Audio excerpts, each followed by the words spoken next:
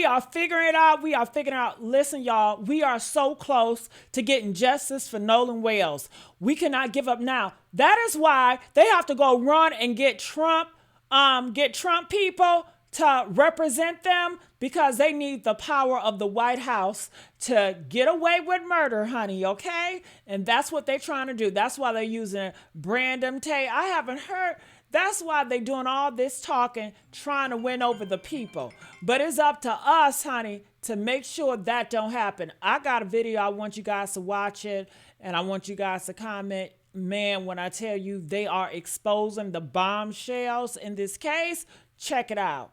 Figured it out. I figured out the Nolan Wells timeline. I know how they messed with the GPS. I figured it all out. I figured out the lies that are based in truth. I figured it all out, and I've got proof. But stick with me because it's going to be a long video, y'all. Now, I found a 15-page Marine Patrol report that had lots of little details that prove that the boys had been lying. So I've already shown how at 1:30 in the morning, the initial Lieutenant Odom with the Jackson County Sheriff's Office said that his deputies spoke with several of the friends who traveled to the island on the vessel with Nolan. And they said that he left in the company of an unknown female and that he chose to remain on the island. So, did you guys ever engage with police or? Yeah, so the first time I talked to police was July 7th.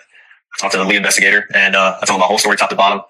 Dot every I, crossed every T. I told him everything I knew, every little detail. Well, that's a lie now, isn't it, Warren? Because you talked to them at 1:30 in the morning that night. I mean, did you just forget to tell the cops about Katie? Because it's not like you didn't know it was her, or you didn't know how to get in contact with her. The girl that he was with, Katie, text somebody that she heard yelling. Correct. Yelling. Yeah, and I have a picture of that. She texted my buddy, and the next day everybody was panicking. Everybody's texting Katie, because she was obviously seeing Nolan the whole day at the island. Katie sent a message to my buddy the next day and said, this last time I saw him, he's really sweet. But she also mentioned that the last time she saw Nolan was when my buddy was yelling at him to get on the boat. But Katie says that she assumed that she went on the boat after y'all were yelling at him. And let's not forget that the last time you saw him was 3. Well, the last time I saw Nolan was 3:00, and Nolan was cradling a girl in his arms.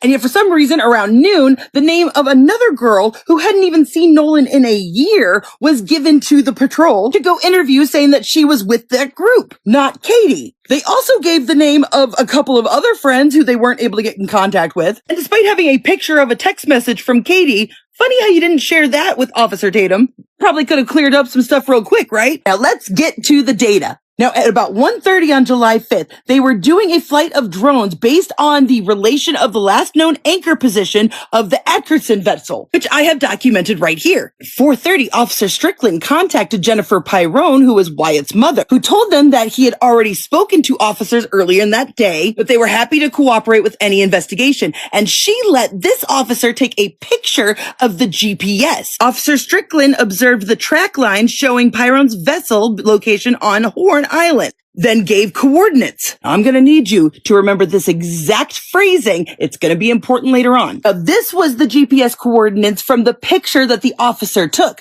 meaning that these coordinates had to be a different one that was verbally given over the phone by Wyatt. And you'll notice they're quite different. Now you'll notice that this incident report says the involved entities are Bart Edmington and Jerry Adkerson, not Wyatt. Even though Wyatt is 18, he should be on this report. And you could argue that they were just giving the names of the people that owned the boats, but somehow I doubt that 21-year-old Bart owns that boat. You'll notice on this report that 2 different pieces of GPS evidence were collected. So now we're going to go to the July 8th report where they came and they took those GPS coordinates from both the Adkerson boat and Bart's boat. Yellow is Bart, blue is the grandfather Jerry. The same Jerry that called and canceled the sea tow as the sea tow phone call was being made. Now, mind you, this is 3 days after the police had come and spoken to the mother and gotten the GPS coordinates. Now, Bart had a germane GPS map chart plotter.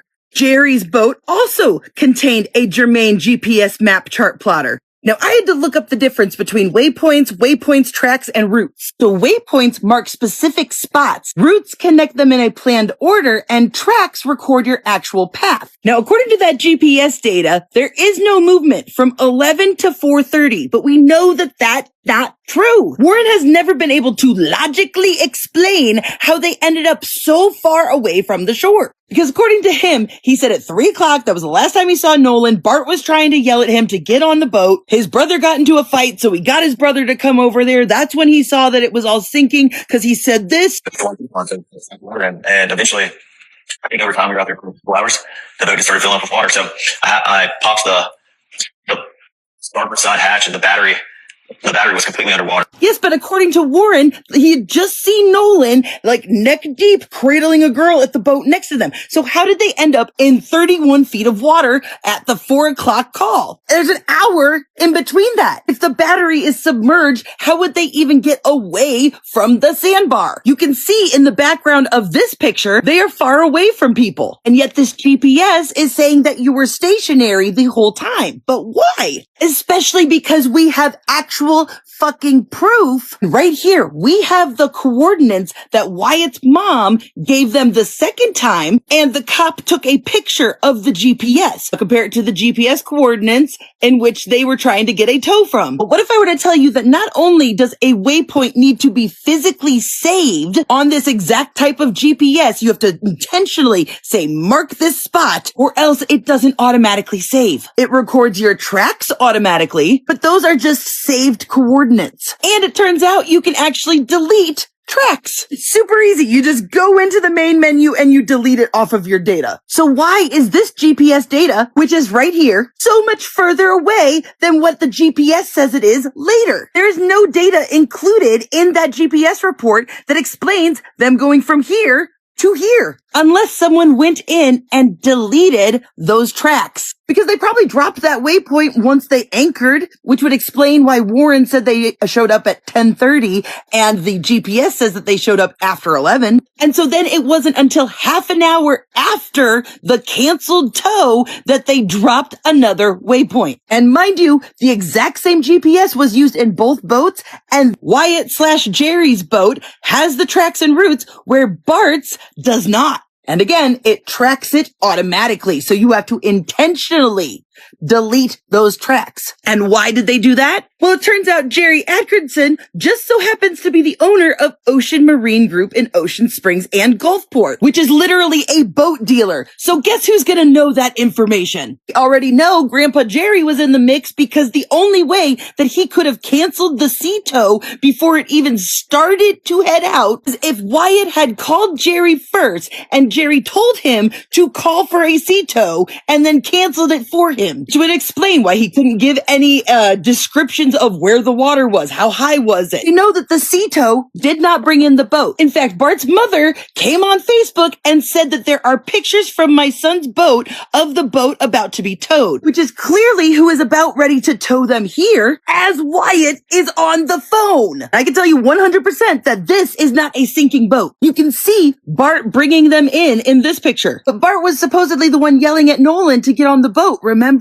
Why would he be yelling at Nolan to get on a boat that's sinking? Unless he was telling Nolan to get on his boat. And Warren accidentally explained what really happened with the engine. Whatever happened with Nolan happened on Bart's boat, allegedly, which is why all of Bart's information was deleted. So here's what happened. Both this one and this one confirmed that there was a fight that broke out on the beach. Started out with him, ended up with Warren's little brother. His uncle says, we gotta go. They hop on a boat and they leave. He grabs his drunk younger brother and says, we're getting out of here too. 3 o'clock. This whole caravan is trying to get the hell out of there because they're drunk and fighting. Wyatt's boat was in such a hurry that they couldn't figure out how to put the freaking trim down, which caused the motor to overheat, quickly stranded them, and Bart had to come help them. The time that Bart shows up, something has happened between him and Nolan. They're all distracted trying to fix the bilge pump because it didn't trim down. The waves were crashing over the boat and into the bilge pump, short-circuiting it. During this, some people have figured out that Nolan is gone. Other people just think that he's passed out or something, which is why Wyatt calls his grandfather to figure out what the F to do. And as the phone call is being made, more people are figuring out something's wrong with Nolan. That's why they didn't start moving again for 30 minutes. They were coming up with a plan and figuring out how to make it work.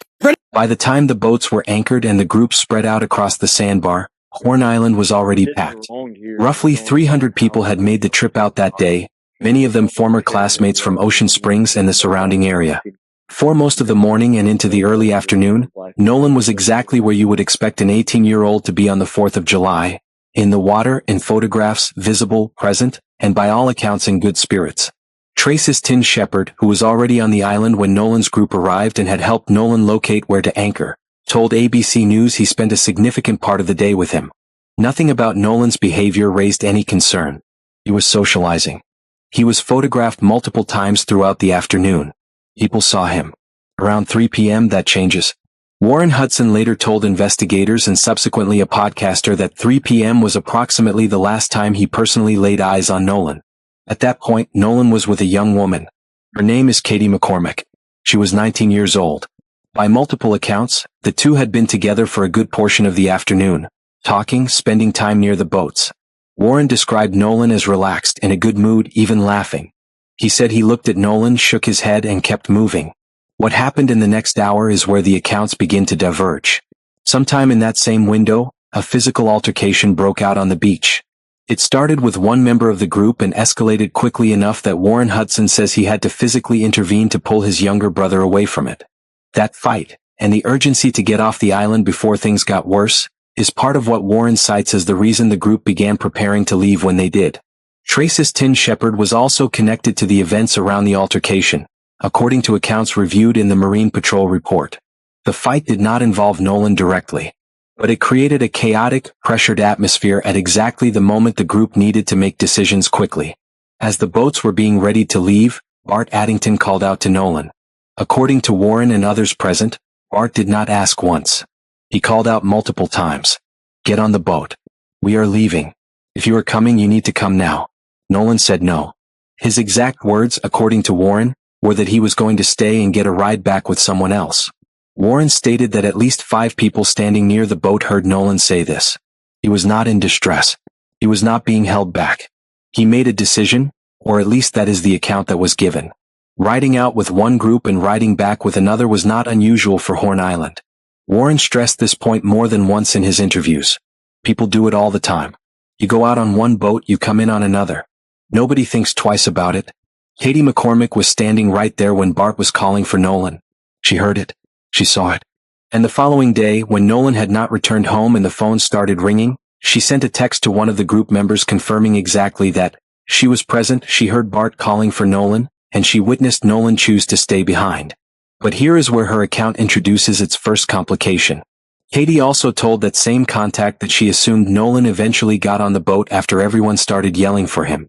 She walked away. She did not watch him board. She assumed. That assumption, unverified, never confirmed, is one of the most important details in this entire case. Because the next confirmed fact is this. At 4:31 p.m., the boat left Horn Island, and Nolan Wells was not on it. What happened between 3 p.m. and that departure is a window that has not been fully accounted for. The friends say Nolan chose to stay. The GPS says the boat eventually left. And somewhere in the space between those two facts, an 18-year-old's trail goes cold on an island with no cell towers, no permanent staff, and no cameras. At 4:31 p.m., the boat pulled away from Horn Island. Nolan Wells was not aboard. That part is confirmed. What happened next is where this case stops feeling like a tragic accident and starts demanding a much harder set of questions. Somewhere around 4 p.m., before the boat even departed the island, one of the teenagers on board placed a call to Sea Tow, a private marine towing company. The call was recorded. Audio was later released by the Mississippi Department of Marine Resources to local news outlet WLOX. And when you listen to it, a few things stand out immediately. The caller reported that the bilge pump had stopped working. He said the boat was taking on water. He said, and these are his words captured on that recording, that they were sinking and needed someone to come get them. The dispatcher asked whether everyone on board was in good health. The caller confirmed they were. The dispatcher asked about the number of people on the boat. The caller estimated around 7. When asked whether any adults were present, the caller said nobody on board was over the age of 21. He also confirmed there were life jackets available. He then gave coordinates placing the vessel in 31 feet of water near the northwest tip of Horn Island. He provided a name for the Sea Tow membership account, Jerry Ackerson. That call established something important on the record. The boat was in distress. People were on it. They needed help. Then the call was canceled. Sea Tow released a statement confirming they never dispatched assistance. Before any tow could be arranged, the vessel owner contacted them and advised that Sea Tow was no longer needed because help had already been obtained. Private help. Arranged quickly. before the tow company even had time to respond. Around 4:30 p.m., an officer from the Mississippi Department of Marine Resources contacted Jennifer Pyron, who is Wyatt Pyron's mother. She told the officer her son had already spoken with the Jackson County Sheriff's Office earlier that day but confirmed the family would cooperate fully with any investigation. She gave verbal consent for the officer to view the Garmin GPS unit on the boat. Officer Strickland observed the GPS track lines, which showed the vessel's position on the northwest tip of Horn Island. Those coordinates were documented and would later become one of the most scrutinized pieces of evidence in the entire case. Now here is where this chapter requires you to hold two facts in your mind at the same time. The first fact: at approximately 4 p.m., this boat was reported to a towing company as actively sinking in 31 feet of water. The caller said they were going down. That call is on record. The second fact: according to GPS data later released by the Mississippi Department of Marine Resources, after departing Horn Island at 4:31 p.m., this same boat returned to its original dock. It then traveled into Fort Bayou at approximately 5:52 p.m. It came back to the dock at 6:06 p.m. Then at 7:19 p.m. it made its way to the Fort Bayou boat launch, where it was placed on a trailer and transported overland to a residence in Biloxi. That is 4 documented movements after a vessel was reported as going under. No explanation has been publicly offered for how a boat with a submerged battery, a failed bilge pump, and water rising fast enough to trigger an emergency tow call was making additional runs across the waterway hours later the same evening. Warren Hudson later said the group had to run the boat fast to push the water out, and that they stopped in Fort Bayou so someone could get in the water and put the plug back in. That explanation was given in an interview. The GPS confirms there was a Fort Bayou stop, but it also confirms a sequence of movements that Warren's own account did not fully disclose. And that gap between what was said and what the data shows is something investigators did not miss. To understand why the GPS evidence in this case matters as much as it does, you need to understand how a marine GPS unit actually works. Because once you do, what is missing from Bart Addington's boat data stops looking like a technical glitch and starts looking like a decision. A Garmin Marine Chart Plotter, the type used on both boats involved in this trip, records 3 categories of data. The first is waypoints. A waypoint is a specific location that a user manually marks. You physically navigate to the device, select the option, and save that spot. It does not happen on its own. The second is routes. A route connects saved waypoints into a planned path. Again, this requires deliberate user input. The third is tracks. And this is where it gets important. Tracks are different from waypoints and routes because they require nothing from the user. The device records them automatically and continuously from the moment the unit is powered on. Every movement the boat makes is logged. Every change in direction. Every stop. The track builds itself in the background whether the operator pays attention to it or not. It is the closest thing a boat has to a black box. Now here is what investigators found when they pulled the GPS data from both vessels on July 8th, 3 days after Nolan's body had been recovered. Wyatt Pyron and Jerry Ackerson's boat had tracks. The route data was present. The movement history was there. Bart Addington's boat had waypoints saved. But the tracks, the automatically recorded movement history that the device generates without any user action, were gone. Not incomplete. Not partially corrupted. Gone.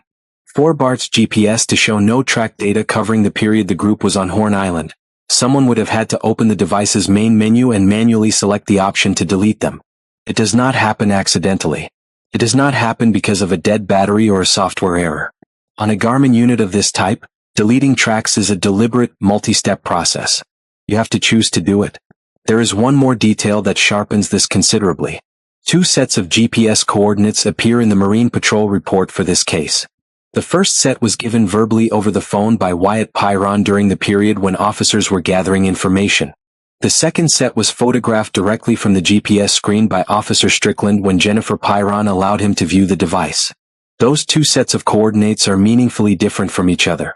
They do not match. That discrepancy is documented in the official report. It has not been publicly explained. Now consider who Jerry Ackerson is beyond the name on a Sea-Tow membership account. Jerry Ackerson is the owner of Ocean Marine Group, a boat dealership with locations in Ocean Springs and Gulfport, Mississippi. This is a man whose professional life is built around boats, boat equipment, and the technology that operates them. He is not someone who would need to look up what a Garmin track is or how to remove one. You would know that tracks record automatically. You would know they can be deleted. You would know exactly where to find that option in the menu. It was also Jerry Ackerson who canceled the sea tow call before assistance was dispatched. As established, that cancellation happened with remarkable speed. For Jerry to have called sea tow off before they even began heading out, Wyatt would have had to contact his grandfather first. Jerry would have had to assess the situation and advise calling for a tow, and then, either Jerry himself or someone acting on his instruction, would have had to make the cancellation call before the tow company moved. That is a specific sequence of decisions made under pressure, in a short window, by someone who remained calm enough to coordinate it cleanly. None of that proves a crime. What it does is raise a precise and documentable question. If the tracks on Bart's GPS were recording automatically the entire time the group was on Horn Island, and those tracks are now missing, where did they go and who removed them?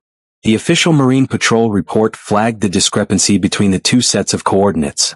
Investigators noted that Wyatt and Jerry's boat had track data where Bart's did not. Those observations are in the record. Whether they were pursued with the urgency they deserved is a question the family's legal team has been asking since the beginning. If this case matters to you, and if you have stayed with us this far, it clearly does. Subscribe to Unsolved Files right now. Every case we cover is one that deserves more than a headline and a closed file. Hit that button. We are not done with this one yet. At 1:30 in the morning on July 5th, while Nolan Wells was still missing and his mother was already making desperate calls, Lieutenant Odom of the Jackson County Sheriff's Office documented the first official account given by the friends. According to that report, several members of the group told deputies that when they left Horn Island, Nolan was in the company of an unknown female and that he had chosen to remain on the island voluntarily. Unknown female. That was the language used in the official record. Not a name. Not a description beyond the vague outline of a woman nobody could apparently identify. Just unknown. The problem with that characterization is straightforward. By the time those friends were sitting across from law enforcement at 1:30 in the morning, at least one of them already had a screenshot on his phone of a text message sent by Katie McCormick. Her name was not unknown to the group. Her number was not hard to find. And what she had written in that message was directly relevant to everything investigators were trying to piece together. Katie McCormick was 19 years old. She had spent a meaningful portion of July 4th with Nolan on Horn Island. Multiple people in the group knew who she was, knew she had been with Nolan, and knew she had communicated with them the following morning.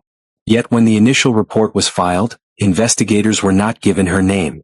Instead, they were pointed toward a different young woman entirely, someone who had not been in contact with Nolan in over a year, and directed to interview her as a person of interest in establishing Nolan's last known movements.